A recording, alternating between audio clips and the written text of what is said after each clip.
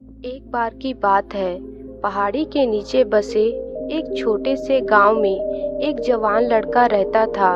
वो लड़का उस पूरे शहर में अपने आलस्य और कामचोरी के लिए प्रसिद्ध था। सभी गांववासी उसे आलसी कहकर पुकारते थे, क्योंकि वो पूरे दिन एक पेड़ के नीचे पड़ा रहता था, झपकियां लेता और अपने भविष्य के बारे में अच्छे अच्छे सपने देखता। उसके दिन ऐसे ही आलस्य में गुजर रहे थे।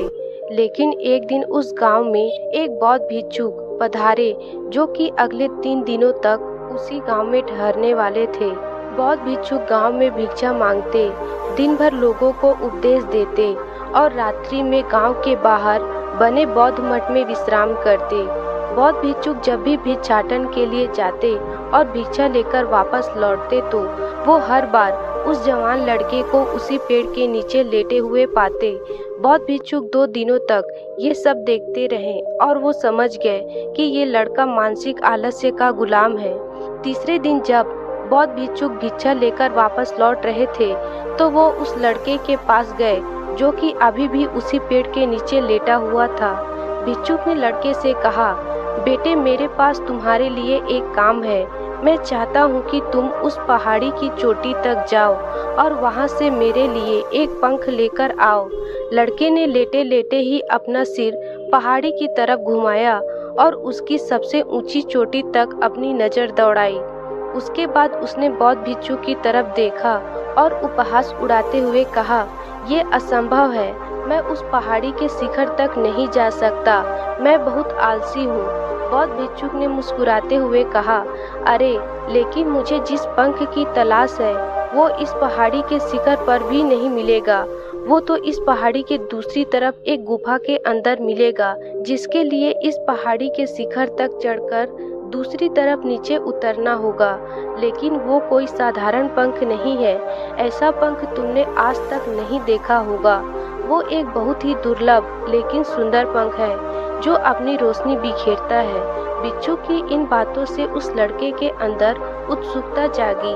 उसने आज से पहले ऐसे किसी पंख के बारे में कभी नहीं सुना था और ऐसे रोमांचक सफर के बारे में सोचकर वो अंदर से उत्साहित हो उठा। इसलिए उसने भिक्षु की चुनौती को स्वीकार करने का निश्चय किया और वो पहाड़ी की तरफ चल पड़ा। लेकिन चढ़ाई बहुत लंबी और कठिन थी। जल्द ही लड़के का शरीर थकने लगा, सांस फूलने लगी और शरीर से काफी पसीना बहने लगा। लेकिन फिर भी उसने चलना जारी रखा। वो जैसे जैसे ऊपर और चढ़ता गया, उसे प्रसन्नता और उत्साह की अनुभूति होने लगी, जिसे उसने आज से पहले कभी महसूस नहीं किया था। अंततः जब वो कड़ी मेहनत और लंबे प्रयास के बाद पहाड़ी के शिखर पर पहुंचा तो वो पूरी तरह से थक चुका था, लेकिन वो बहुत खुश था। उसे अंदर से आत्मसंतुष्टि का एहसास हो रहा था। उसके चेहरे पर योद्धाओं जैसी मुस्कान थी, जैसे उसने कोई युद्ध जीत लिया हो। उसने पहाड़ी के शिखर से नीचे देखा। उसके सामने एक बहुत ही मनमोहक दृश्य था। उसने अपने अंदर एक उपलब्धि की भावना महसूस की, जो उसने आज से पहले कभी नहीं की थी। लेकिन असली चुनौती आगे थी।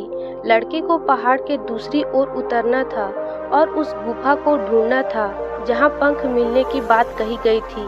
नीचे उतरना और भी ज्यादा मुश्किल और खतरनाक था, क्योंकि ढलान ज्यादा खड़ी थी और चढ़ाई के समय लड़का कई बार लड़खड़ाया और गिरा भी था, तो वो डर भी उसके अंदर था। लेकिन भिक्षु को पंख लाकर देने के वादे की वजह से वो लगातार आगे बढ़ता रहा। काफी खोज मशक्कत और कड़ी मेहनत के बाद जब वो अंत में गुफा तक पहुंचा तो उसने देखा कि पंख वहीं पड़ा हुआ था, जो गुफा के प्रवेश द्वार से छनकर आ रही थी। रोशनी में चमक रहा था। उसने पंख उठाया, लेकिन उसकी सुंदरता को देखकर अचंभित रह गया। वो काफी देर तक पंखों को ही घूरता रहा, लेकिन फिर अचानक उसे याद आया कि अभी तो उसे वापस भी जाना है। उसने खुद की तरफ देखा। वो पूरी तरह से थक चुका था। वो चिंतित हो गया कि वो इस पहाड़ पर कैसे चढ़ेगा और भिक्षुक तक पंख कैसे पहुंचाएगा। एक पल के लिए उसने हार मानने के बारे में सोचा, लेकिन फिर उसे वो उपलब्धि पर गर्व की भावना याद आ गई, जो उसने पहाड़ी के शिखर पर पहुंचने पर महसूस की थी। उसे एहसास हुआ कि उसके अंदर इस सफर को दोबारा पूरा करने की ताकत और दृढ़ संकल्प है। वो दोबारा पहाड़ी पर चढ़ने लगा। उसकी मांसपेशियों में दर्द हो रहा था, पैर कांप रहे थे, फेफड़े फटे जा रहे थे। वो कई बार लड़खड़ाकर गिर भी पड़ा, लेकिन उसने हार नहीं मानी। वो खुद को आगे बढ़ाने के लिए लगातार प्रेरित करता जा रहा था। अथक प्रयास और घंटों की कड़ी मेहनत के बाद अंततः जगह बौद्ध भिक्षु के पास पहुंचा और बौद्ध भिक्षु के हाथों में वो पंख रखा तो उसकी खुशी का ठिकाना न रहा। उसे महसूस हुआ कि आज उसने अपने आलस्य पर काबू पा लिया है और कुछ महत्वपूर्ण करके दिखाया है। उसके चेहरे पर इतनी खुशी और संतुष्टि का भाव देखकर बौद्ध भिक्षुक मुस्कुराए और बोले, बहुत बढ़िया मेरे बच्चे, आज तुमने जीवन का एक बहुत ही महत्वपूर्ण सबक सीख लिया है कि आलस्य कोई ऐसी चीज नहीं है जिसे स्वीकार कर लिया जाए या सहन किया जाए। आलस्य एक चुनौती है जिसे दूर करना होगा। ये एक बाधा है जिसे पार करना होगा और आलस्य को खत्म करने के लिए तुम्हें अपना पहला कदम उठाना ही पड़ेगा। अपने लक्ष्य की ओर चलना ही पड़ेगा और तब तक चलते रहना पड़ेगा जब तक तुम अपनी मंजिल को हासिल नहीं कर लेते। लड़के ने भिक्षु की शब्दों की गहराई और उसके महत्व को समझते हुए हाँ में अपना सिर हिलाया। आज उसे एहसास हुआ कि वो हमेशा से ही बड़ी और महान चीजों को करने में सक्षम था, लेकिन उसके आलस्य ने उसे रोक रखा था। वो जानता था कि उसके पास अपने रास्ते में आने वाली किसी भी बाधा को दूर करने की ताकत और दृढ़ संकल्प है। इसके बाद भिक्षुक ने उस लड़के को आशीर्वाद दिया और उस गांव से चले गए। इस कहानी से सीखने वाली बात यह है कि जब हम असंभव लगने पर भी अपने लक्ष्य को प्राप्त करने के लिए खुद को आगे बढ़ाते हैं, तब हम अपने भीतर एक ऐसी ताकत और दृढ़ संकल्प की खोज करते हैं जिसके बारे में हम पहले कभी नहीं जानते थे। आलस्य पर काबू पाने के लिए हमें खुद को चुनौती देनी चाहिए और बड़ी व महत्वाकांक्षी लक्ष्य बनानी चाहिए। फिर चाहे वो लक्ष्य कितनी ही मुश्किल क्यों न हो, हमें लगातार खुद को अपनी शारीरिक और मानसिक सीमाओं से परे ढकेलते रहना चाहिए और असफलताओं व बाधाओं का सामना करने पर भी अंदर से मजबूत बने रहना चाहिए।